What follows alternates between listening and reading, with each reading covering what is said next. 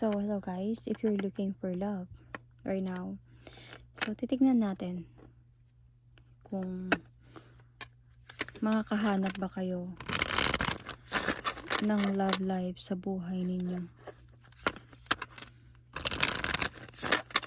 Ay true love. So, tignan din natin kung sa previous relationship ninyo, separation, mayroon na ba kayong na-learn na lessons from that past relationship ninyo or previous relationship ninyo with your ex. So, ano ba yung hinahanap nyo ngayon? Ano yung gusto nyo mangyari ngayon? Let's see. Everything. Not everything. Some. If you're looking for love, makakahanap ba kayo this time ng right person para sa inyo?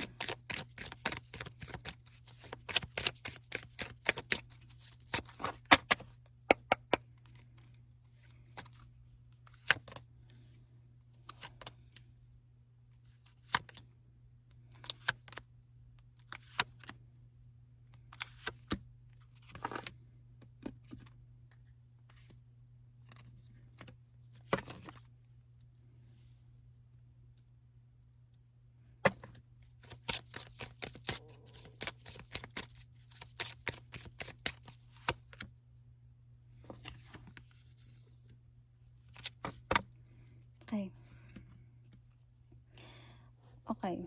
So, what are the lessons na na-learn mo from your past relationship? Have you learned? Okay, I can see here that you've learned to move forward and never look back. You've learned na parang mas aabutin ko yung goals ko muna than to look back on my past. Parang this is not my now. Parang this is my now. I need to move forward. So, meron kang na-learn dito. Parang this is louder para sa'yo na tatahakin ko tong daan na to move forward towards my goal this time, towards what I want, and hindi na ako mag-look back from that past relationship anymore. So, ito yun.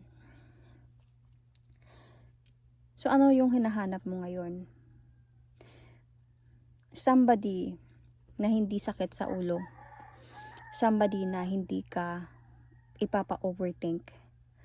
Okay? Somebody na kung dadating siya sa buhay mo, yung makakatulog ka ng maayos sa gabi. Yung hindi ka magwo-worry kung nasaan siya, anong ginagawa niya. Hindi ka magwo-worry kung sila pa ba, may kasama ba siyang iba. Yung bibigyan ka niya talaga ng parang priority sa buhay niya, na alam mong hindi ka na dapat matakot sa akin dahil alam mo naman pinapakita ko sa iyo ang lahat ng pagmamahal ko and effort and time ko para sa iyo. So yun yung hinahanap mo, yung hindi ka nag-iisip na, hindi ka nag-overthink. Might be you're somebody na overthinker and may trust issue na din about what happened in the past. So, ano ba talaga yung gusto mo sa buhay? Ano ba talaga yung gusto mong klase na lalaki sa buhay? Somebody na kahit nasa trabaho man siya, kahit may ginagawa siya, kahit busy man siya, hindi siya magkakaroon ng confuse kung sino yung uunahin niya, trabaho ba niya or ikaw. So, hindi siya mako-confuse sa inyong dalawa, or family niya ba, priority niya ba, or ikaw. So, dahil merong pantay dito So, I can see the Libra sign here. So, merong balance dito. So, parang, yun yung gusto mong mangyari. Para sa'yo kasi, it doesn't matter kung busy siya, may ibang priority din siya, other than you. Kasi, this time around, hindi naman sabihin natin na makakahanap pa tayo ng sobrang same as before sa mga before na somebody na sayo lang talaga, 'di ba? This summer marami ng tukso, busy na sa buhay, maraming mga doble-doble yung income, doble yung trabaho, papakain sa family. Kumbaga ganun, okay lang sa'yo yun, basta ayaw mo, yung gusto mo ngayon is hindi siya mako-confuse kung ikaw yung unahin niya or sino, or yung pamilya niya, ikaw yung unahin niya or trabaho niya. dapat marunong siya kung paano kayo pantayin. Okay? Especially, pagdating sa'yo, yung parang lagi siyang may time para sa'yo. Yung kaya niyang iwan yung time niya sa iba para sa'yo. Kaya niyang, parang walang excuse, kumbaga. Hindi siya mag-excuse na busy ako ngayon, hindi ako makatawag. Busy ako ngayon, hindi ako makapunta. Parang is always, parang available siya, available para sa'yo tong person na to. At pantay siya sa lahat. Okay? Hindi ka makakaramdam ng parang unfair sa sarili mo or sa nararamdaman mo. So, yun yung desire mo sa paghahanap ng love ngayon sa buhay mo. So, ano kaya yung magiging personality ng partner mo if ever? Workaholic. So, might be somebody.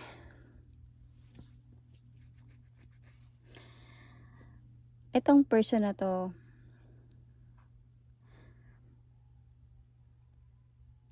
busy siya. Kaya siguro ito din yung lumabas. Busy siya sa trabaho. Feeling ko you might be Libra. You might be Libra moon or a Libra. Yun yung nakuha ko dito. Sun, Moon, Rising, Venus. Hindi sa lahat, okay? So, check the placement, guys. Might be Libra moon, Libra. Could be also Taurus. Could be somebody might be Aquarius. Okay. The thing here is, yung magiging partner mo, sobrang busy siya sa buhay. Either busy siya sa trabaho, busy din siya sa ibang bagay. So, ito yung magiging personality ng partner mo. Medyo marami siyang ginagawa sa buhay.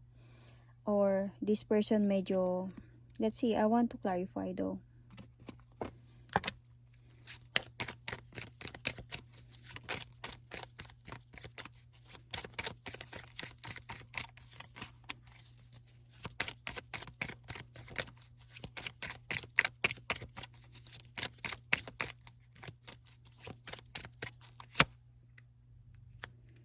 Family.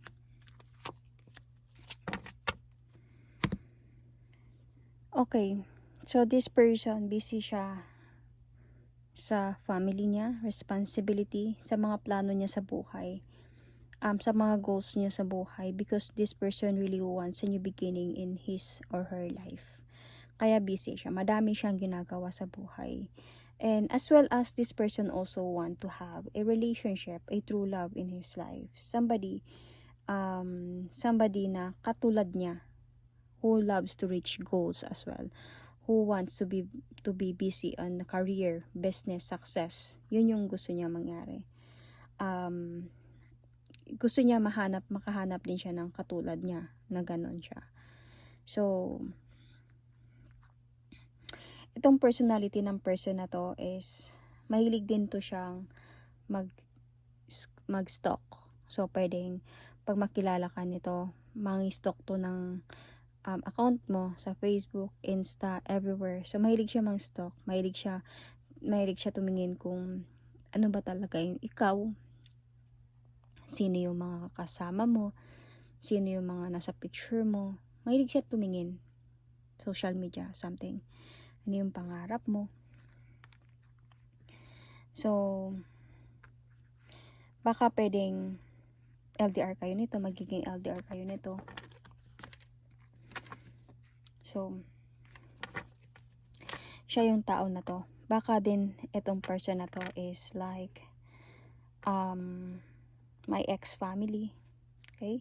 Kaya may responsibility siya sa buhay. So, I will not going to say na ito na yung future mo, okay? Pwedeng makilala mo siya, may family siya. Makilala mo siya, may commitment siya. Kaya ganito siya ka-busy. Kasi alam mo yung meaning ng Seven of Swords. Seven of Swords is someone who is sneaking around. So, yung cheating card is the Seven of Swords. So, somebody who love to sneak. Somebody who loves to, yun nga sabi ko, stalk. To see. To check. Something. Pwedeng to cheat. So, baka may family to. And LDR, through LDR kayo, something na, or this is his personality. Mahilig talaga siyang I don't want, ayokong papa-overthink kayo. So, ano yung magiging first impression mo sa kanya? So, I think yung magiging first impression mo sa kanya, kasi malayo siya eh. So, LDR talaga to. Nandito yung world card. So, different yung magiging impression mo sa kanya. He's somehow a different person. Yun yung nakikita mo sa kanya. He's somehow, ang daming gusto mangyari sa buhay. Yun yung first impression mo sa kanya. He's everywhere, kumbaga, free spirit, something. So, ano naman yung magiging impression niya sa'yo? Pwedeng talkative. You might be Libra, Gemini, Aquarius. So, you might be mahilig ka magkwento ng buhay mo, mahilig kang, yun yung first impression niya, might be, parang, nakikita niya sa'yo yung colorful sa mukha mo, colorful rainbow sa mukha mo. Mahilig ka mag-smile, charming ka, sobrang charming, cute, maganda yung eyes mo. So, yun yung nakikita niya sa'yo, beautiful, like a rainbow. Yun yung first impression niya sa'yo. And as well as, love to talk, love to tell what is happening in your life, and anything like that. Colorful yung nakikita niya sa'yo. So, ano yung pwedeng guide ng spirit guides para sa future, kung sakali man, sa'yo? This is sa both of you pala. So, whenever you talk to us, this is from the spirit guides. Whenever you talk to us, never goes unheard. So, it never goes unheard. We hear every single word. This is your confirmation that we are assisting you, guiding you, and ensuring your wishes finally come true in fruition. Be patient. Everything will come together for you. So, we never know. This is already the one. Okay? For you. You never know na naghahanap na siya ng true love, kaya nagiging busy din siya sa pag-i-stalk ng kung sino-sino. Siguro dyan kanya makita, dyan kanya makilala, kasi ganun yung personality niya. Might be Gemini, mahilig kasi si Gemini sa exploring eh. Mahilig siya sa Gemini, Libra, Aquarius. Mahilig talaga sa Aquarius, Libra. Mahilig yan sila sa social media. Mahilig sila mag-search, or mahilig sila browse ng mag-browse. So, ito yung isa sa personality nila. Okay? Pero, masakit to magsalita. Pero family-oriented to. Masakit siya magsalita, yun yung isa sa personality niya. Pero may ano siya sa buhay. May plano siya sa buhay. May plano nito to build house, to buy car, to be stable. Plano niya siguro din to na mag-travel, kaya siguro kaya to siya mahilig mag-internet, kasi may plano siya. Plano niya din na magkaroon ng somebody na true love sa buhay niya. Yung someone na magiging katulad din niya. Yun yung gusto niya mangyari. So, this person really knows how. This person might be a lover. This person might be the one. This is a soulmate connection. So, yung sinabi ko sa kanina na, yung 7 of Swords kasi, pagdating sa relationship, it could be cheating, could be, sabi ko, stalking, diba? Checking out, searching, browsing. Yung nag-i-sneak around. So, the thing here is, hindi naman part to ng personality niya, pero might be this, hindi siya ganito. Siguro, pagdating sa araw, magiging challenge nyo to, yung pagiging ganito. Pero, you never know if you are really meant to be, because the spirit guides is guiding you. Magbabago din siya one day. So, pag nakikita niya sa'yo na worth it ka, then, yun, that is my reading for you.